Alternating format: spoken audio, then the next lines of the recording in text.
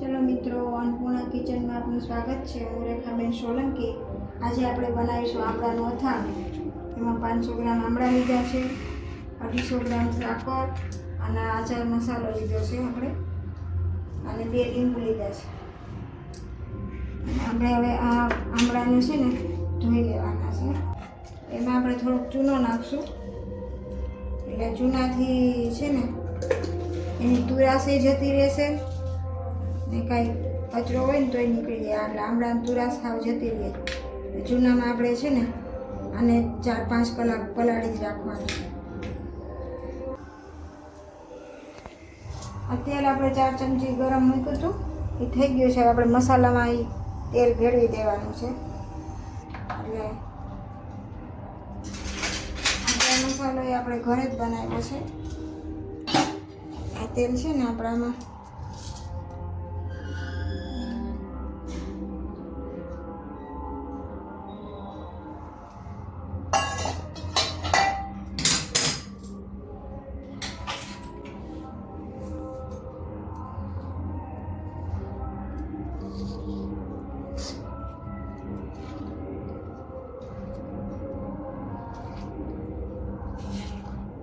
મસાલો આપણે ઘરે જ બનાવ્યો છે। આમાં બધું નાખેલું જ છે, એટલે ખાલી આપણે તેલ ગરમ કરીને જ ભેળવવાનું છે।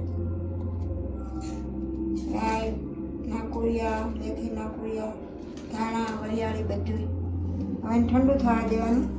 હવે આમળા પલાળીને પછી આમળા આપણા મસ્ત સાફ થઈ ગયા છે, અને હવે આને આપણે બાફવાના છે। આમાં પાણી લીધું છે, એમાંથી ચાળીને મૂકીશું।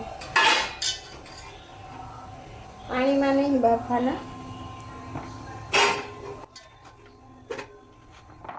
5-6 પાણીને ધોઈ લીધા છે।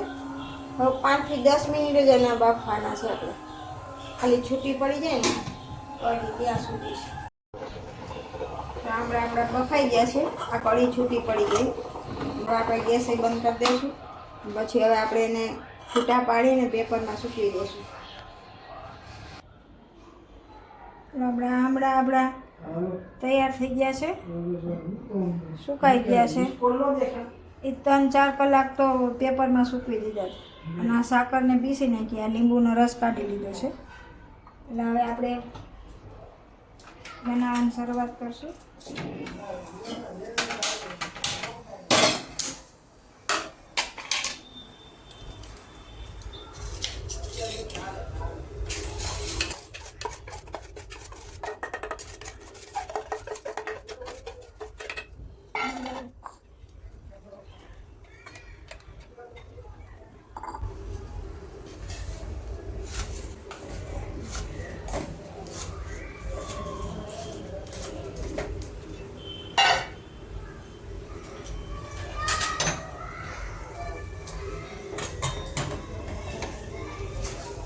આમાં આપણે પાણી નહીં નાખવાનું, આમનામ જ કરવાના છે। એટલે પાણી દે ને તો પછી બગડી જાય।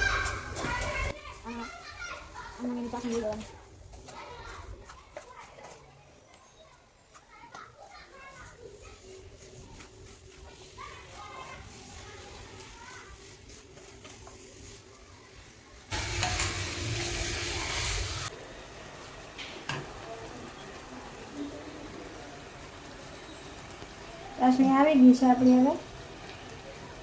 હવે આપણે ગેસ બંધ કરી દઈએ। આ ઠંડુ પડે ને પછી આપણે એ અથાણાં બોરવામાં નાખીશું।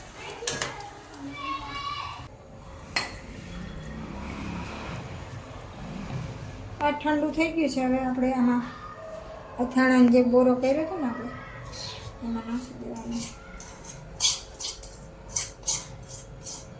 અથાણાના બોરો છે આપણે ઘરે જ બનાવ્યો છે।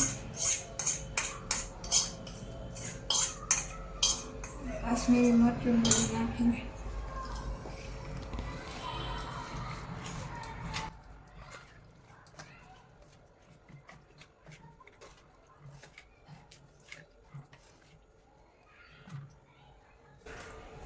લીંબુનો રસ આપણે કર્યો હતો ને હવે એમાં નાખી દેવાનો।